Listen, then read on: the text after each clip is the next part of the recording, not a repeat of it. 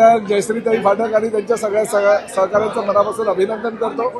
गेल्या अनेक वर्षापासून आमचे रवी आणि जयश्रीताई हा उपक्रम राबवत आहेत। आम्ही सोबत नगरसेवक म्हणून काम करत होतो आणि त्या दरम्यान गेल्या 25-27 वर्षापासून ह्या सगळ्या गुणवंत विद्यार्थ्यांचा सत्काराचा कार्यक्रम आयोजित करतात। अभिनंदनाची ही गोष्ट आहे की आता आम्ही मंत्रिपदावर राहत असताना सुद्धा यातील ज्यावेळेस आम्ही सत्कार केलेले विद्यार्थी आता प्रशासकीय अधिकारी आहेत, काही IRS झालेले, IPS झालेले आहेत आणि काही अधिकारी म्हणून काम करत असताना जुन्या आठवणींना उजाळा देत असतात। त्यामुळे या अशा ह्या सत्काराच्या कार्यक्रमाचं महत्त्व अशा वेळेस कळतं की त्यावेळेस आम्ही त्यांचा सत्कार केला म्हणून ते आता उच्च पदावर आहेत। त्यामुळे आमचे जे दादा भुसे आहेत शिक्षण मंत्री, ते आज या ठिकाणी या कार्यक्रमाला आल्याबद्दल ठाणेकर आमदार म्हणून मी त्यांच्या मनापासून आभार व्यक्त करतो आणि शुभेच्छा देतो। धाराशिवबद्दल जे वक्तव्य जितेश राणेंनी केले त्याचे पडसाद मंत्रिमंडळ बैठकीत पडलेले पाहायला मिळतात। मुख्यमंत्र्यांनी समज दिली आहे। नाही, भले काही मंत्री भावनेच्या भरामध्ये काही बोलून जातात, परंतु त्यांना नंतर कळतं की त्यांची चुकी झाली आहे